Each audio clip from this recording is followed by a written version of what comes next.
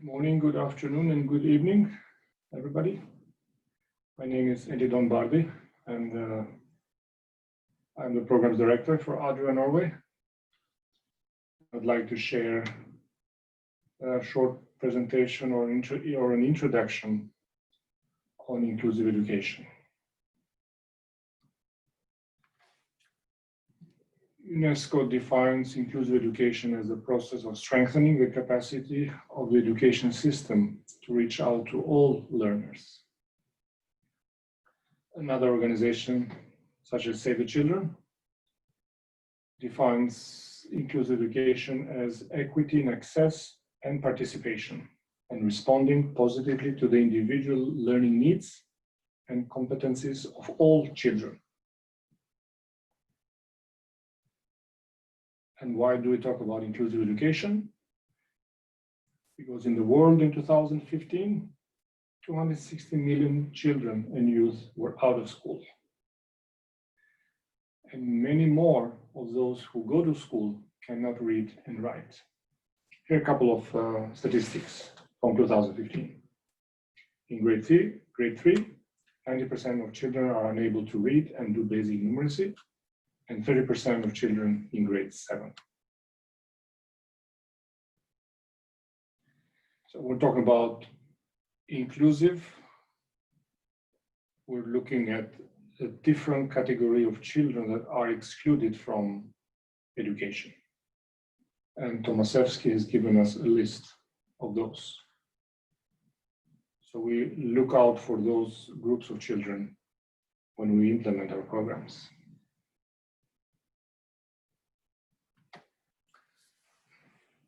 Approximately 1 billion people in the world live with some form of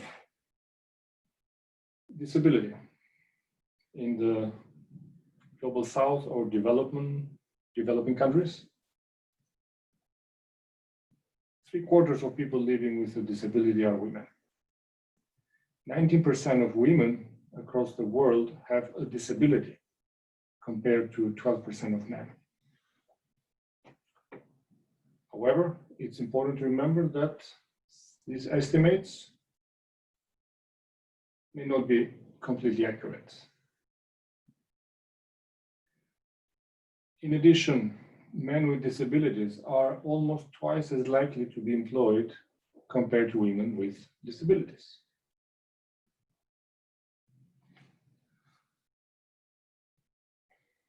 What is disability mainstreaming? It's an ongoing process of including persons with disabilities in all our work, ensuring they participate equally with others in any activity and service intended for the general public. At ADRA Norway, we focus on children and youth with disabilities, and we try to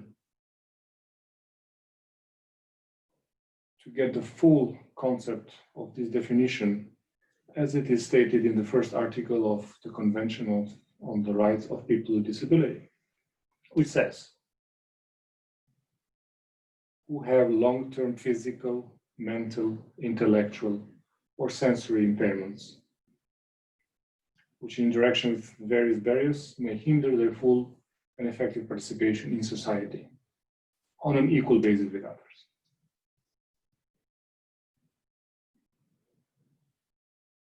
In our work, we are not only focused on children and youth with disability that have a physical disability, but also those that have a mental or learning disability.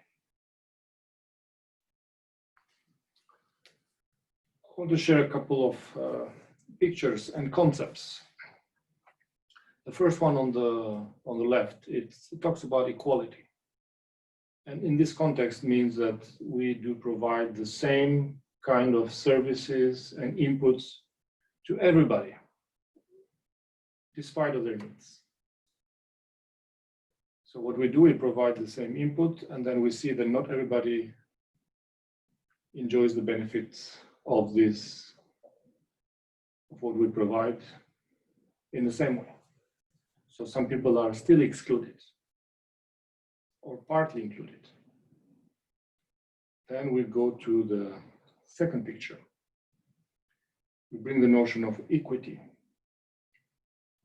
And this means that we address the individual needs of the person. We provide inputs and services that enable those children or youth to benefit equally. In this case, we provide different things, different inputs, different services to different people, but important is that we're meeting their needs. And then now they're all equal. They can benefit equally from the services.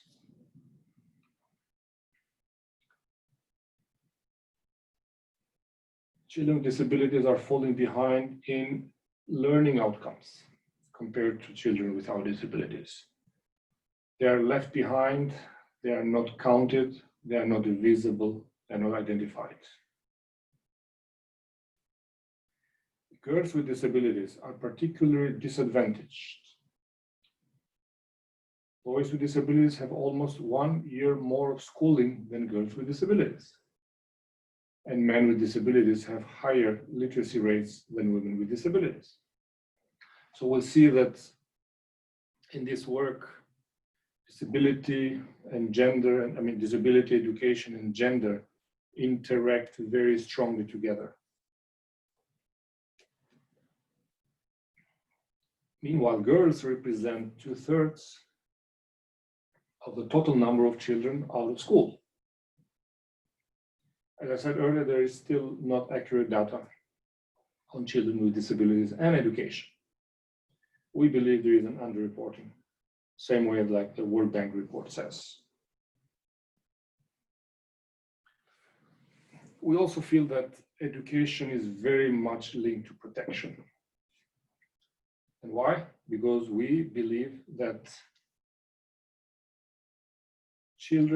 for children to be able to go to school and learn, they need to feel safe and protected. So 150 million children live with disability globally.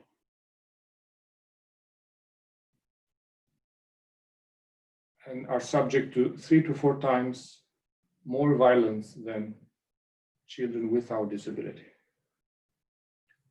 Disabled girls reported slightly more physical violence overall and nearly twice as much sexual violence compared to non-disabled girls. And for disabled boys, levels of sexual violence were nearly double compared to those of non-disabled boys.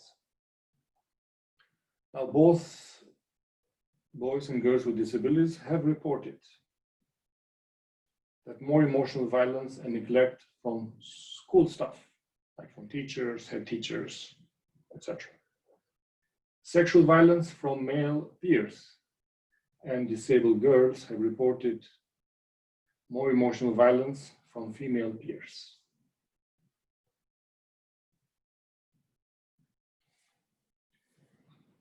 At ADRA Norway, we believe in inclusive education for all children,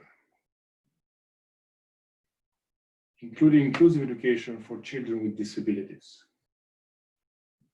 We believe that inclusive education is child-centered and places the responsibility of the adaptation on the education system rather than the individual child. So the system should make sure the children with disability are accommodated, are welcomed. It's not the child that should adapt to the system. This is what we find in most of the countries. In our work, we segregate all data by gender and disability. So it's a standard procedure for us to collect as much as possible data of our work that affect both genders, but also children with disabilities. I would like to briefly share the 4 A's of inclusive education. Availability, whether education system and institutions like schools are physically there in the community.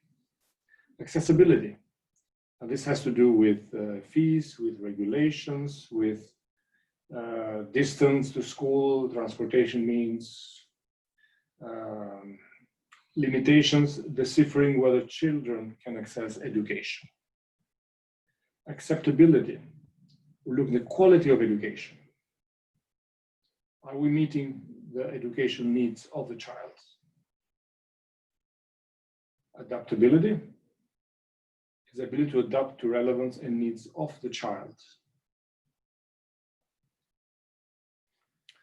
I'd like to briefly share the theory of change of ADRA, Norway's education in principle.